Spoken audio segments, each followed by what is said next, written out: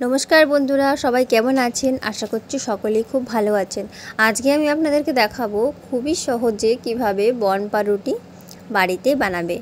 এই পাউরুটিটা বানানো কিন্তু খুবই সহজ আর খেতে কিন্তু খুবই সুস্বাদু লাগে, একদম দোকানের মতো। দোকানে আর যেতে হবে না বন্ধুরা, এই রেসিপিটা যদি তোমরা একবার দেখে নাও যে কেউ বানাতে পারবে রেসিপিটা। তো রেসিপিটা শেষ পর্যন্ত দেখার অনুরোধ রইল।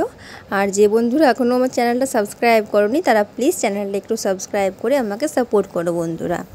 তো চলো এরপর আমরা রেসিপিটা শুরু করব। তো দেখো প্রথমেই আমি নিয়েছি ময়দার মধ্যে দিয়ে দিলাম খানিকটা ইস্ট, মোটামুটি বড় চামচে অর্ধেক চামচ আমি ইস্ট দিলাম।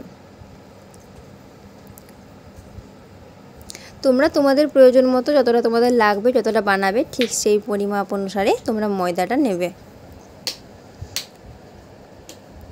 সামান্য বেকিং পাউডার দিয়ে দিলাম, এরপর দিয়ে দিচ্ছি গুঁড়ো দুধ। তো গুঁড়ো দুধটা আমি অ্যাড করে দিয়েছি, মোটামুটি বড় চামচে 2 থেকে 3 চামচের মতো গুঁড়ো দুধটা নিতে হবে। এরপর দিয়ে দিলাম চিনি।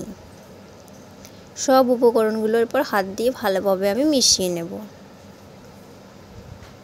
তো বন্ধুরা সবগুলো আমি মিশিয়ে নিয়েছি। এরপর দেখো এর মধ্যে অ্যাড করে দিচ্ছি দুধ। দুধ দিয়ে কিন্তু পুরো ময়দাটা মাখতে হবে। এরপর এটাকে আমি ভালোভাবে মেখে নেব। এই দেখো মাখা হয়ে গেছে, এইরকম ধরনের দেখতে হবে বন্ধুরা। আর যেহেতু ইস্টটা দেওয়া আছে তাই কিন্তু এটা ফুলে যাবে।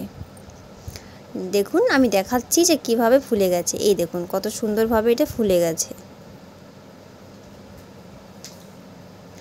এই দেখুন এভাবে কিন্তু আপনারা বুঝতে পারবেন যে ফুলে গেছে। তো দেখুন আমি এটা লেচি তৈরি করে নিয়েছি বন্ধুরা।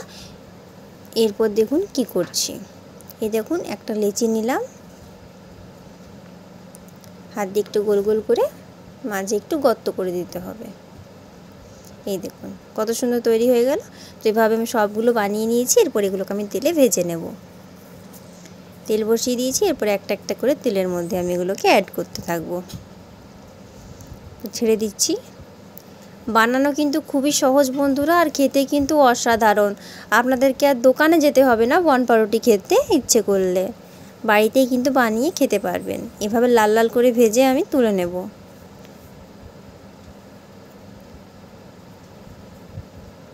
এই দেখুন তুলে নিলাম।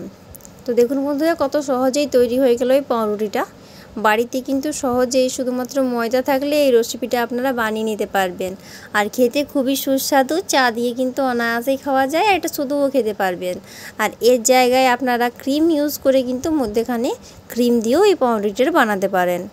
তো রেসিপিটা ভালো লাগলে অবশ্যই একটা লাইক দেবেন। আর এইরকম ধরনের নতুন নতুন রেসিপি পাওয়ার জন্য আমার চ্যানেলটা অবশ্যই সাবস্ক্রাইব করে রাখতে হবে। আর পাশে থাকা বেল আইকনটা প্রেস করতে হবে আমার ভিডিও নোটিফিকেশন সব থেকে আগে পাওয়ার জন্য। ভালো থাকুন সব।